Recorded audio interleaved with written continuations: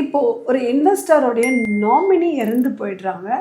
அந்த நாமினியோடைய legal airs வந்து இந்த அசெட்ஸை வந்து கிளைம் பண்ணிக்க முடியுமா அப்படின்னா கண்டிப்பாக முடியாது. It's not eligible. Legal heir of the nominee வந்து இந்த இன்வெஸ்டரோட அசெட்ஸை கிளைம் பண்ண முடியாது. ஸோ நாமினியும் வந்து இறந்து போயிடுறாரு. அசெட்ஸை வந்து எப்படி டிஸ்ட்ரிபியூட் பண்ணுவாங்க இன்வெஸ்டர் அப்படின்னு பார்த்தோம் அப்படின்னா, ஆஸ் இட் இஸ் நாமினி எத்தனை பேர் இருக்காங்களோ அவங்களுக்கு இப்போ 2 பேர் இருக்காங்க அப்படின்னா 2 பேருக்கும் ஈக்குவலாக டிஸ்ட்ரிபியூட் பண்ணிடுவாங்க. இப்போ 3 நாமினி இருக்காங்க அந்த அசெட்ஸில், பட் 2 பேர் தான் இப்போ லைவாக இருக்காங்க அப்படின்னா ஆட்டோமேட்டிக்காக வந்து உங்களுக்கு என்ன ஆகும்னா 2 நாமினிக்கு டிஸ்ட்ரிபியூட் ஆகும் அந்த அசெட்ஸை.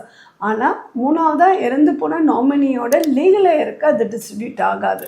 That is very very important one. இன்வெஸ்டரோட இதில் நாமினி இறந்து போயிட்டாங்க எல்லாரும், ஆர்எல்ஸ் அடுத்த சினாரியோ அவங்க யாரும் கிளைம் பண்ணிக்கல அப்படின்னா என்ன ஆகும், ஆட்டோமேட்டிக்காக யாருடைய இன்வெஸ்டருடைய அடுத்த கட்டத்துக்கான லீகல் ஏர்ஸ்க்கு தான் அதுக்கு ரைட்ஸ் இருக்கே தவிர நாமினியோட லீகல் ஏர்ஸ்க்கு ரைட்ஸ் கிடையாது.